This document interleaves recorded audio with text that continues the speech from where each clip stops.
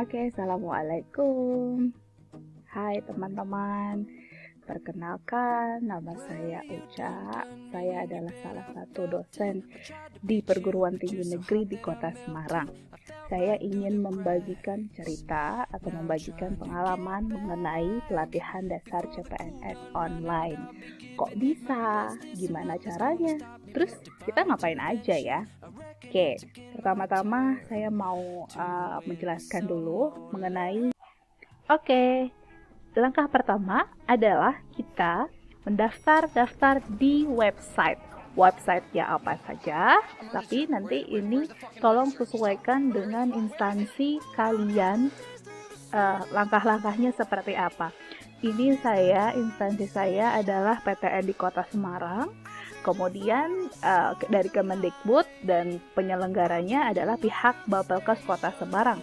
Sehingga saya mendaftarkan daftar di website-website berikut ini. Nah, ini website yang pertama saya mendaftar di Simdiklatnya Kemendikbud. Ini hampir semuanya, rata-rata username yang dipakai adalah username NIP kita, nomor induk pegawai kita yang sudah kita punya dari awal setelah diterbitkannya SPMT. Kemudian website selanjutnya nanti ada website, kalau tadi website Simdiklat Kemendikbud, kalau ini daftar lagi di diklat.kemendikbud.go.id, sama kita memakai loginnya, pakai username kalian, dan nanti biasanya passwordnya juga sudah ditentukan. Perangkatan biasanya nanti beda ya. Nah, website selanjutnya adalah karena saya bersama Balai Pelatihan Kesehatan Semarang untuk melaksanakan ini. Jadi Balai Pelatihan Kesehatan Semarang itu dipilih sebagai pengendali diklatnya atau tempat pengendali diklatnya untuk melaksanakan pelaksanaan latsar online ini. Sehingga saya juga perlu untuk mendaftarkan diri saya di Balai Pelatihan Kesehatan Semarang.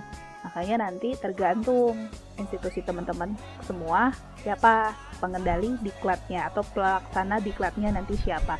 Nanti biasanya daftar di situ untuk mendaftarkan kita mengikuti pelatihan dasar atau pelatihan apa yang sedang berjalan.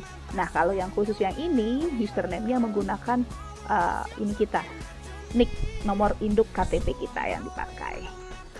Nah, nanti setelah kita daftar di website yang tadi telah disebutkan, nanti kita akan memiliki account. Accountnya apa? Tergantung dari diklat teman-teman semua, badan pelatihannya. Kebetulan saya kan dengan Bapelkes Semarang, jadi ini seperti LMS-nya atau Moodle-nya. Jadi disinilah nanti kita mengupload tugas-tugas, terus seluruh materi yang diberikan pada saat pelatihan semuanya ada di sini. Nanti saya tunjukin di video selanjutnya isinya seperti apa sih si Lentera ini atau LMS ini. Nah, untuk LMS ini kita memakai NIK juga, memakai nomor induk KTP dengan password yang sudah nanti teman-teman sesuaikan. Setelah daftar di website, berarti nanti kita sudah tercantum nama kita di Bapelkes Semarang, di tempat diklat kalian nanti akan melaksanakan latsar. Nanti kita tinggal tunggu saja. Nanti pihak diklatnya, kalau saya pihak Bapelkes Semarangnya, akan membuatkan grup WhatsApp untuk kita semua sebagai member atau sebagai anggota latsarnya. Nanti di dalam grup WhatsApp latsar itu, teman-teman, waktu itu saya disuruh membuat atau mengisi form untuk seragam latsar. Loh, kok ada seragam latsar? Padahal kan secara online. Nah, nanti ada kelanjutannya. Kita akan mengukur atau memberikan ukuran pakaian seragam yang akan kita pakai pada saat latsarnya seperti apa. Kemudian apa aja yang didapat seragamnya? Baju PDH, celana bukan training lah, seperti celana panjang, bahannya dari apalah, nanti nanti saya tunjukkan juga boleh. Terus nanti topi, dan dapat nanti buku atau modul-modul yang tadi ada di LMS juga nanti dikasih secara hard copy-nya. Nah, ini yang tadi saya bilang, ada yang masuk WhatsApp-nya. Ini grup latsarnya yang dibuat oleh badan pengendali diklat kita untuk mengakomodasi informasi-informasi terkait dengan pelaksanaan latsar secara online ini. Oke, next tugasnya apa aja ya? Karena kita menjalani Zoom ini selama 19 hari. Kita cuma duduk saja di depan Zoom, terus kita menyimak materi yang akan disampaikan, kemudian pasti ada tugas dong.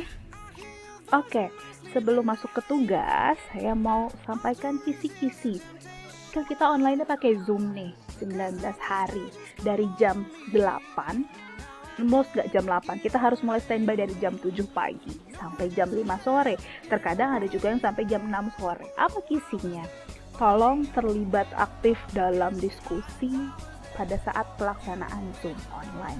Kenapa? Dengan kalian melibatkan diri kalian diskusi dalam Zoom online tersebut, kalian berarti sudah aktif. Jadi tuh nggak ngantuk gitu loh, nontonin Zoom. Maksudnya nyimakin Zoom, nyimakin Zoom yang disampaikan oleh para coach, para mentor kita, para pelatih kita di sana. Kita nggak ngantuk. Jadi mereka selalu ngasih pertanyaan. Please kasih umpan balik terhadap mereka, jadi kita lebih interaktif sehingga kita nggak ngantuk. Oke, itu tips yang pertama. Kemudian tugasnya apa aja? Banyak. Tenang. Saya itu sehari-hari itu kelarnya itu jam 5, selesainya itu jam 5 untuk pelaksanaan online ya, tapi kenyataannya nanti bisa leyeh-leyeh itu sekitar jam 7 malam, jam 8 malam. Karena dari jam 5 sampai biasanya dikasih waktu 1,5 jam untuk mengerjakan tugasnya.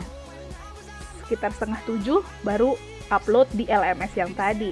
Tugasnya apa, Bu? Nah, kasih tugas harian dulu ya. Tugas hariannya itu saya bisikin. Yaitu nanti ada learning journal. Setiap materi yang disampaikan membuat learning journal. Apa itu learning journal? Nanti di next video. Jangan lupa klik like and subscribe. Biasa ya, semangat untuk bikin next videonya ya. Terus selain tugas individu, ada juga nanti tugas kelompok. Tugas kelompok tuh ngapain aja? Pasti nanti dibagi per kelompok. Satu kelas itu ada 45 orang. Nanti dibagi per kelompok. Biasanya dibagi 3 kelompok. Jadi ada 15 orang, 15 orang. Please, walaupun cuman via online Zoom, kalian tetap harus aktif di dalam kelompok itu. Jangan memasrahkan satu tugas hanya pada orang tertentu saja. Karena setiap tingkah kita, setiap sikap kita itu diperhatikan dalam pelaksanaan Zoom online itu. Guys, walaupun ini dilaksanakan secara online, tetap ada penilaiannya. Mereka bisa melihat kita, apakah kita standby pada saat kita online atau tidak. Kita pergi nggak, kabur-kaburan nggak. Yang jelas pada saat kita Zoom online itu kita harus tetap standby on video. Kita tidak boleh kemana-mana. Nyemil boleh nggak? Boleh nyemil. Tapi nanti jangan kelihatan banget ketika kalian mengunyah sesuatu. Jangan makan di depan layar. Atau apalah. Yang jelas suara harus dinonaktifkan. Suara kita di Zoom harus dinonaktifkan. Kalau saya tadi balik lagi ke nyemil, saya nyemil bagaimana caranya? Saya memiringkan badan sehingga muka kita tuh nggak kelihatan di layar. Karena kenapa? Kita menghormati coach yang sedang menyampaikan materinya di dalam online Zoom tersebut. Itu yang pertama. Terus yang kedua ada tata caranya juga. Misalnya kalau mau ke toilet harus izin. Jangan tiba-tiba ujuk-ujuk ke toilet terus layar kita kosong. Itu nggak boleh. Itu sikap-sikap seperti itu dinilai banget pada saat kita online. Karena nanti ada badan pengendali diklatnya atau orang diklatnya yang memperhatikan satu persatu saat mereka pada saat kita melaksanakan online itu. Dilihat satu-satu nanti layar kita oleh mereka. Apakah kita ada di situ atau nggak ada.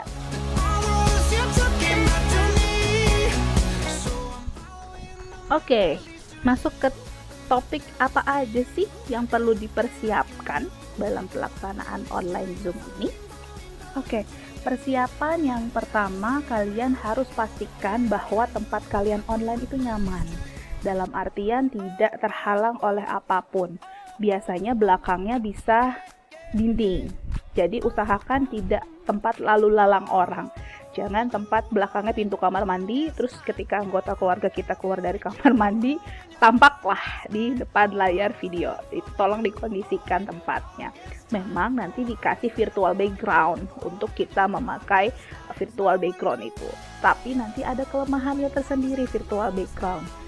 Ketika nanti kalau pencahayaan kalian kurang bagus, tempat kalian kurang bagus cahayanya, nggak kelihatan nanti virtual backgroundnya. Nah, bisa disiasati dengan menyiapkan green screen. Jadi kalau teman-teman saya kemarin pakai kayak kain hijau besar seperti layar, nanti ditaruh di belakang kita untuk meng-catch up si virtual backgroundnya itu lebih bagus. Jadi lebih masuk ketika kita online di videonya gitu ya. Terus yang kedua adalah siapkan sinyal. Sinyal itu mesti stabil. Pastikan internet kalian stabil. Biasanya bisa juga dipakai wifi kampus atau pakai online di rumah. Kalau saya terus terang online di rumah karena lebih nyaman. Karena itu kan seharian saya capek. Ketika saya di kampus saya harus pagi-pagi datang ke kampus. Kemudian saya mesti well prepare, semuanya mesti well prepare. Kemudian bisa juga pakai kuota pribadi.